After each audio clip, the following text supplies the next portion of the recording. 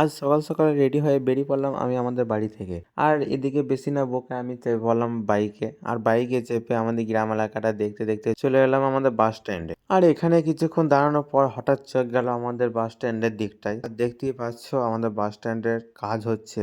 আর এদিকে তো mini submersible বসানো হয়ে গেছে। তা করতে করতে অবশেষে চলে এলো বাস, আর আমি চেপে পড়লাম বাসে। আর বাসে চেপে এদিকে দেখতে দেখতে আমি পৌঁছেও গেলাম বর্ধমান ওভারব্রিজ। আর দেখতে দেখতে আমি পৌঁছেও গেলাম কলেজ মোড়ে। ওখান থেকে চলে গেলাম আমি হেঁটে, আর একটু হাঁটার পর পেয়ে গেলাম একটা টোটো। আর টোটোতে চেপে আমি চলে গেলাম আমি আমার নিজের গন্তব্যস্থলে। আর দেখতেই পাচ্ছ এটাই হচ্ছে তেঁতুলতলা বাজার। আর এখানে আমি নেবো দোকানের মাল। বেশি লেট না করে আমি এদিকে হাঁটতে হাঁটতে চলে গেলাম আমার নিজের গন্তব্যস্থলে। আর সেখানে গিয়ে আমি মালগুলো নিয়ে আবার চলে এলাম ওখান থেকে। আর এখন আমি পুরো মাল নিয়ে চলে এসেছি। আর দেখতেই পাচ্ছ এখন আমি দাঁড়িয়ে আছি টোটোর অপেক্ষায়। কিছুক্ষণ অপেক্ষা করার পর অবশেষে পেয়ে গেলাম একটা টোটো। আর টোটো হিসেবে আমি চলে এলাম আমার বাড়ির উদ্দেশ্যে। আর এখন আমি যাব আমাদের ফুপুদের বাড়ি। দেখতেই পাচ্ছ আমার মালগুলো নিয়ে চলে এসেছি। আর এখন আমি উঠে পড়লাম ওভারব্রিজের ওপরে। আর দেখতে দেখতে আমি এদিকে পৌঁছেও গেলাম নেড়ুদিঘি বাস স্ট্যান্ডে। আর এখানে আসবে আমার ফুপুতো বোনটা আর ভাগ্নেগুলো, দেখতেই পাচ্ছ,